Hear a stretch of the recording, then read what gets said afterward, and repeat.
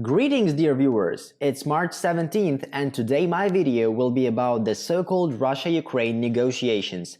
You know, in the last 2 days, but especially yesterday, I received so many questions about them. They ask me, Yuri, is all of this true? Could it really be that Russia will come to an agreement with current regime and that the Russian forces will retreat to their positions?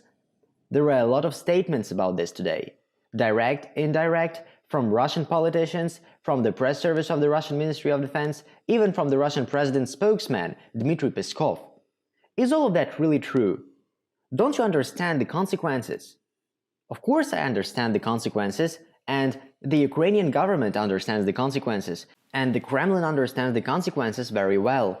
That's at this very moment, those negotiations have become more an element of war than an element of diplomacy.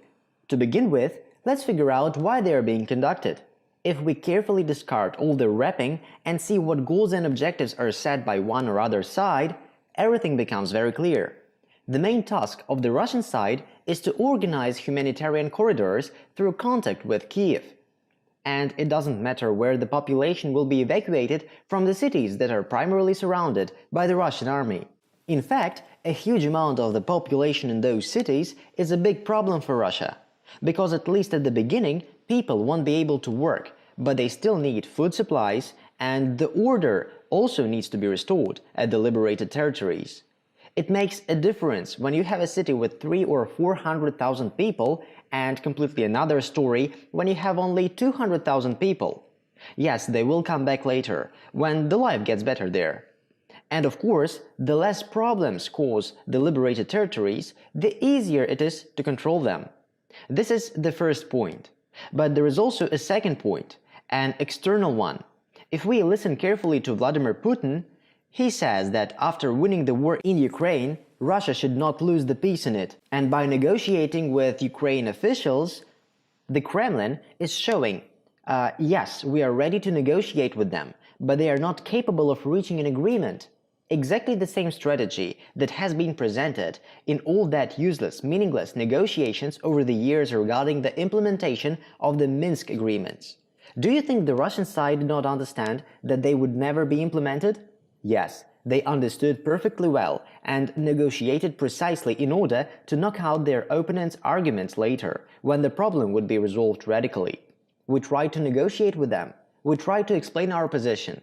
But they just were as stubborn as mule and didn't make any concessions. And that is what Moscow is primarily interested in today. No one there takes seriously the possibility of reaching an agreement with Ukrainian regime. The Kremlin is making use of these talks to ensure that it does not lose the war for peace after it wins the war for Ukraine. But what do the Ukrainian officials say? What do they pay attention to? Kiev is not telling the whole truth. Kiev is only telling half the truth. Ukraine tries to look good at the talks. It wants to show that it puts pressure upon the Russian position, that Ukraine is not giving a thing up and may soon reach peace. The only purpose of all that speech is to mobilize the population of the country and to go on with fighting. Another purpose is to show that the Russian point is weak while the point of Ukraine is strong, and as they say, they should pull themselves together one more time and defeat the Russian military for good.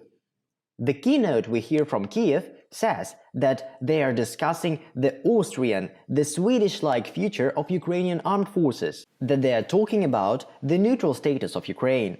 But Ukrainian officials will never tell you that every time they discuss it, the Kremlin always replies, "Okay, it's all okay, we will consider it, but only on the condition of, first, the Ukrainian recognition of Crimea, second, the recognition of the Luhansk People's Republic and Donetsk People's Republic, third, denazification, and fourth, considering the Russian language as the state language."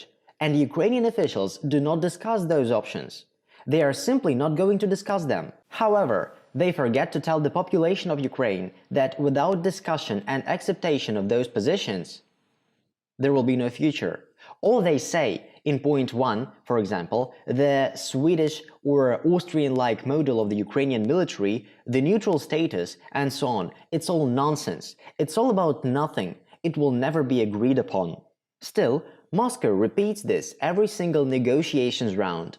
But this is what the Ukrainian reporters forget to say every time. Well, that's not the most important thing. What I have just said about is nothing but a pretty picture for the international community. In fact, what I see now in the actions of the Russian authorities on the liberated lands, where they already have power, that the Russians are not going to give those territories up. They are not leaving them. Those territories will never again become part of any Ukraine that is in fact anti-Russia, even if this very Ukraine anti-Russia pretends to be peaceful for a while. Moscow is very well aware that leaving and giving the lands up would be a failure and defeat. And Moscow keeps meeting for the negotiations with the Ukrainian authorities, and at the same time gradually takes control of the Ukrainian lands. Sooner or later, the Kremlin will pin the West down to the fact. Such a fact that the West could do nothing about. And once again I repeat, stop speculating on this topic and don't become victim of the primitive manipulation. The incumbent Ukrainian government is doing everything to make their failures look as victories and success. The last time they did it, when there was a so-called counter-offensive operation by the Ukrainian military. I only told you the most important things. If one goes deep into the details of that activity, plenty of very exciting moments would be revealed.